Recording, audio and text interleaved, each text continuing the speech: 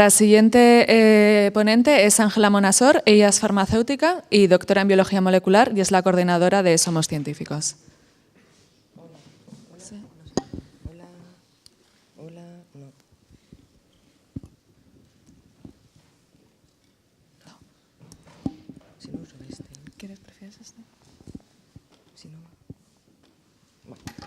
Con este me apaño. Perdón porque este fin de semana pasado estuve en Naucas y ha hecho estragos con mi voz. Y eso que no hablaba mucho, pero bueno. Bueno, yo os voy a hablar de qué es la comunicación científica. Cuando alguien me pregunta a qué me dedico y le digo que me dedico a esto, a la comunicación científica, yo creo que en la mayor parte de las mentes aparece algo así. En algunos aparece algo así, ya son un poco más generosos, pero la realidad es que la comunicación científica es un ecosistema bastante variado, que es más bien esto.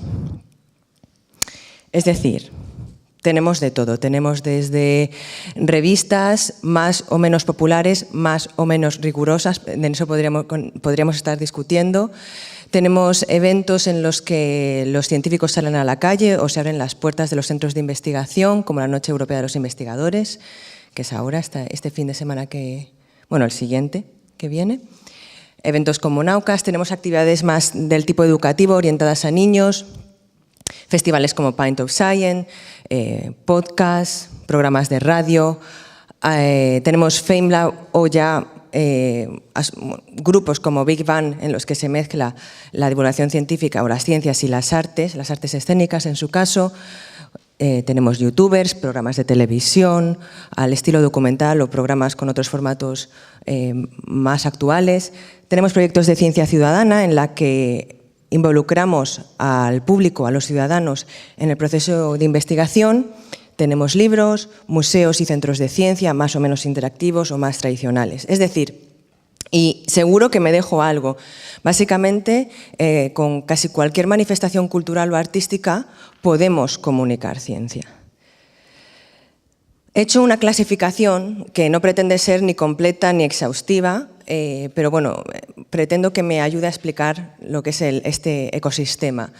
Y he hecho una clasificación en la cual nos divido en periodistas, divulgadores y coordinadores. De la parte del periodismo, pues probablemente os habló Miquel estos días atrás mucho mejor y ahora os hablará Ángela, mi tocaya, después también mucho mejor de lo que yo podría hacer, pero en esta parte del ecosistema tenemos desde redactores, editores, periodistas de diferentes medios más y menos tradicionales. Los divulgadores, tengo aquí una foto de Sergio Pérez Acebrón el fin de semana pasado presentando su charla en Naucas. Los divulgadores son personas de un perfil muy variado, pueden ser divulgadores que lo hagan de forma, no quiero decir amateur, porque muchos de los que se llaman amateurs tienen una calidad de divulgación mucho mejor que las de otros que se hacen llamar profesionales o que se ganan la vida de eso. Pero lo que quiero decir con esto es que hay personas en las que la divulgación es una parte secundaria o accesoria de su trabajo con el que se ganan la vida y para otros es con lo que se ganan la vida. A su vez también hay muchos periodistas que son divulgadores y viceversa, o científicos que son divulgadores. Es otra parte que probablemente ya también conocéis mejor. Y me voy a centrar en la tercera, que es en la que yo creo que me encuadro, que es en la de coordinadores de actividades y eventos de divulgación.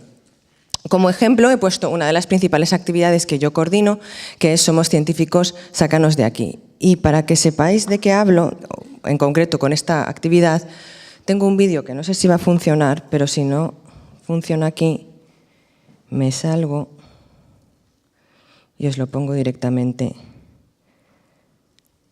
desde aquí.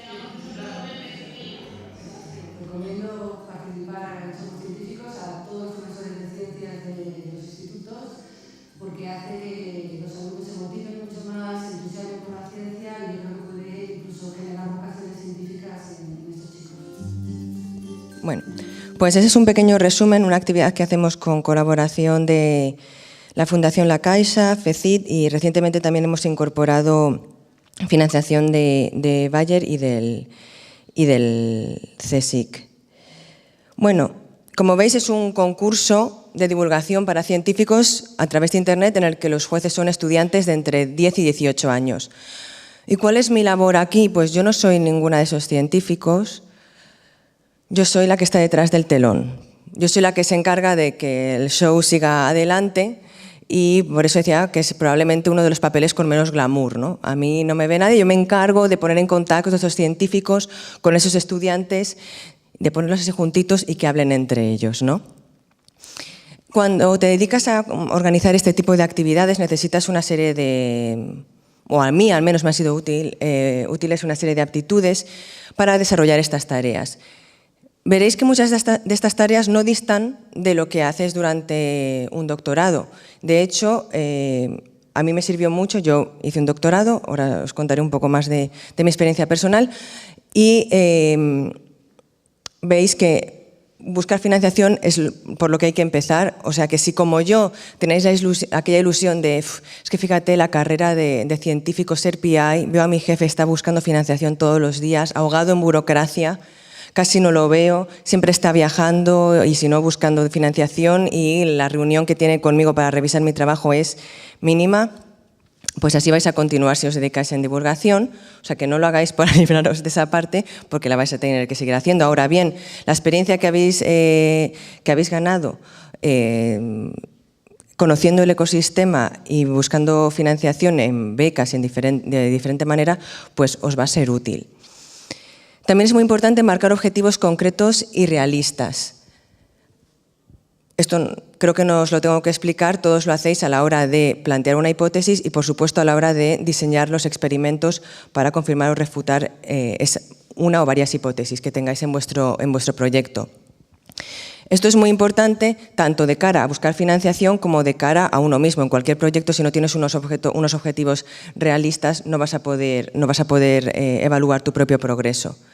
Proponer soluciones creativas, una vez más, algo que yo creo que en el doctorado es imprescindible, tanto a nivel financiero, estrujar lo que tenemos en el laboratorio para hacer la mayor cantidad de experimentos, estrujar nuestro tiempo para tener vida social, pero poder sacar adelante nuestros experimentos, pues algo parecido hay que hacer a la hora de organizar estas actividades.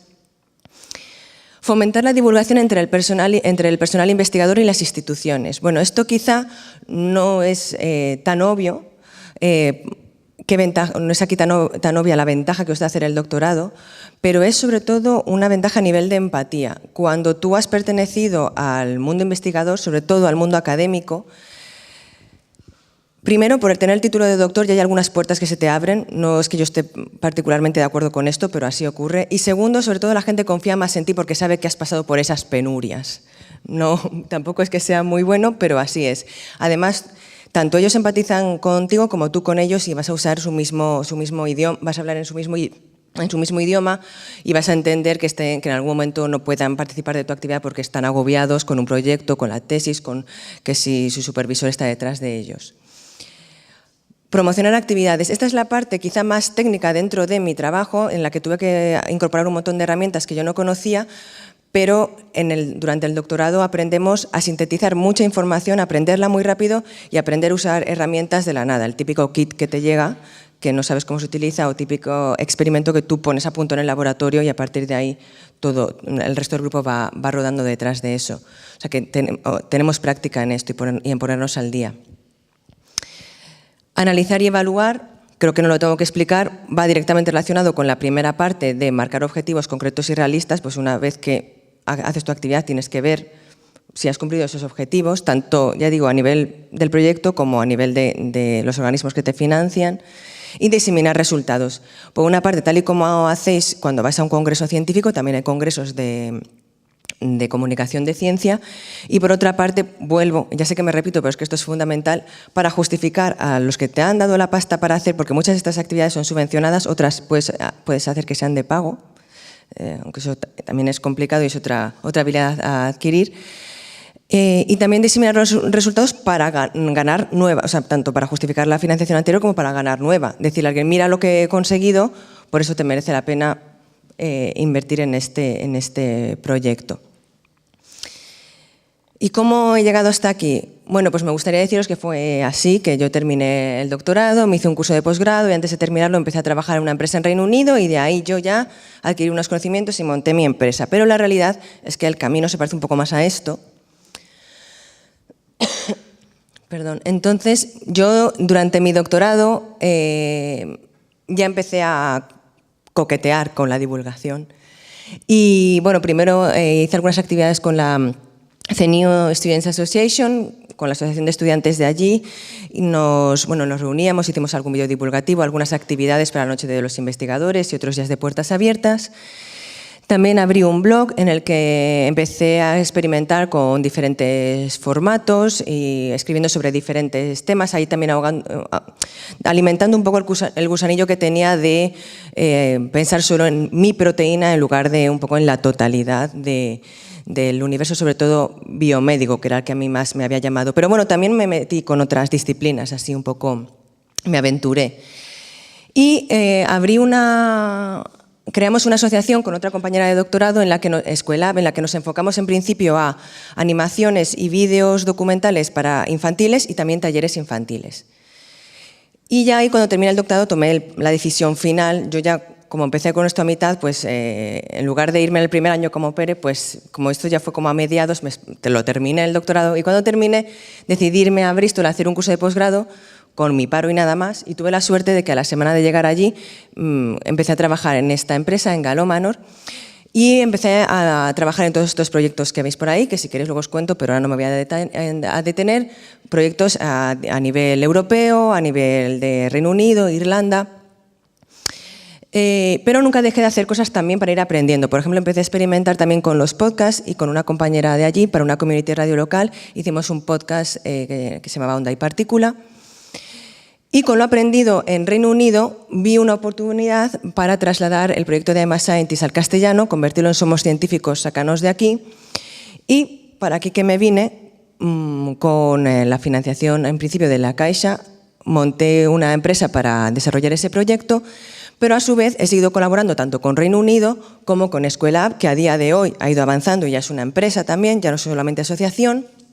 Y para ellos pues hago desde desarrollo de talleres, desarrollo de material para textos educativos sobre todo, y evaluación de actividades actividades de divulgación, sobre todo educativas. Pues, por ejemplo, evaluar los resultados de una feria de la ciencia, sobre todo en eventos, en actividades piloto. Y como siempre me gusta seguir haciendo algo así pro bono, como gratis, vamos, y de forma voluntariosa, pues colaboro en un programa de la radio local de mi pueblo, que se llama Ciencia Volando y que también hacemos podcast pues, para que nos escuche más gente fuera de allí. Así que si vosotros quizá estáis pensando, ¿por dónde empiezo? ¿Cómo sé si esto me puede gustar o no? Bueno, pues no os puedo dar otro consejo que más que el que yo seguí, que fue probar y probar y probar. Si os gusta, bueno, ya os lo ha dicho Pere, así que eso me lo ha adelantado, probad, si os gusta escribir, a abrir un blog. Si os gusta el formato audiovisual, pues podéis crear podcast, podéis crear vuestro propio canal de YouTube. Todos estos, hay un montón de software libre que podéis utilizar. Y además de probar, vosotros por vuestra parte también id como público. Leed libros, revistas, artículos, id a espectáculos de divulgación. También hay juegos, es decir, hay infinidad de herramientas de divulgación. Probadlos y, sobre todo, sed críticos con ellos, porque podéis aprender tanto de lo bien que lo hacen los otros e incorporarlo en vuestra práctica, como también de los errores de otros. Creo que mediante el ser un público crítico puede ser muy útil para el desarrollo personal. Así que y otra forma de probar, como si os habéis animado a probar y si os ha picado el gusanillo, pues es que participéis en Somos Científicos, tanto para los que os planteáis la divulgación como una posible salida profesional, como para los que simplemente queréis mejorar vuestras habilidades comunicativas, reconectar con aquello que os hizo ilusión y lo que os llevó a meteros en este mundo de la investigación, o saber qué piensan los jóvenes sobre esto, sobre la ciencia. Así que nuestra próxima actividad es del 6 al 19 de noviembre, las inscripciones están abiertas hasta el lunes que viene Y ahí tenéis la web somoscientificos.es, donde podéis encontrar información y apuntaros. Y claro, me podéis preguntar a mí. Y con eso dejo paso al siguiente. Gracias. Muchas gracias, Ángela. ¿Hay alguna pregunta para Ángela?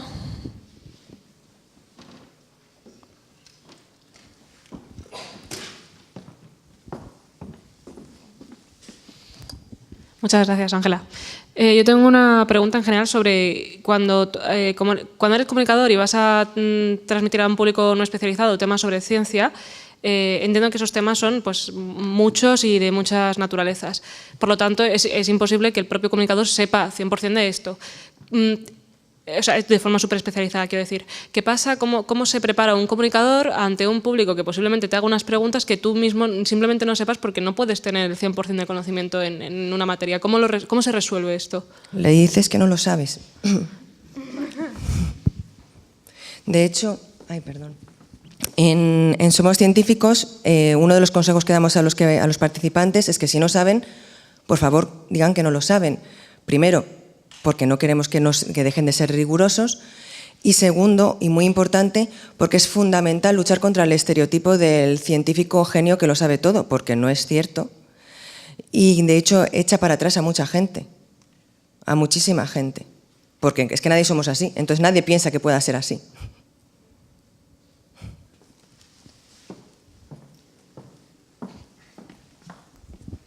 Bueno, enhorabuena, quería darte la enhorabuena porque lo de Somos Científicos me parece, bueno, todo me parece muy interesante, pero eso me encanta porque es acercar a los niños a la ciencia, bueno, los niños y ya no tan niños, a la ciencia, que creo que es muy, muy necesario. Y tenía una curiosidad, más que nada, ¿qué has hecho? ¿Has ido escuela por escuela preguntando quién quería participar o cómo se hace eso? ¿Cómo te aproximas a ver qué institutos o qué escuelas? Primero es gratis, eso ya es quiero decir, no es gratis. Es subvencionado. Me tengo que entrenar en decir eso mejor. Cuando le dices lo que cuesta, si tuvieran que pagar no se apuntaría a nadie. Pero sí, básicamente no es ir escuela por escuela. Al ser online tengo la ventaja de que puedo usar las redes sociales y se apuntan con un clic. Pero básicamente es eso, no escuela por escuela, pero profesor por profesor. Bueno, son estrategias de redes sociales, localizas a los profesores que son influencers, les invitas a que se apunten, luego ellos comparten su experiencia. Hay redes de profesores, es meterte en esas redes, con permiso y sin que les siente mal, promocionarlo allí. Es bastante pico y pala, la verdad, pero funciona. Bueno, enhorabuena. ¿Alguna pregunta más? Vale, pues muchísimas gracias, Ángela.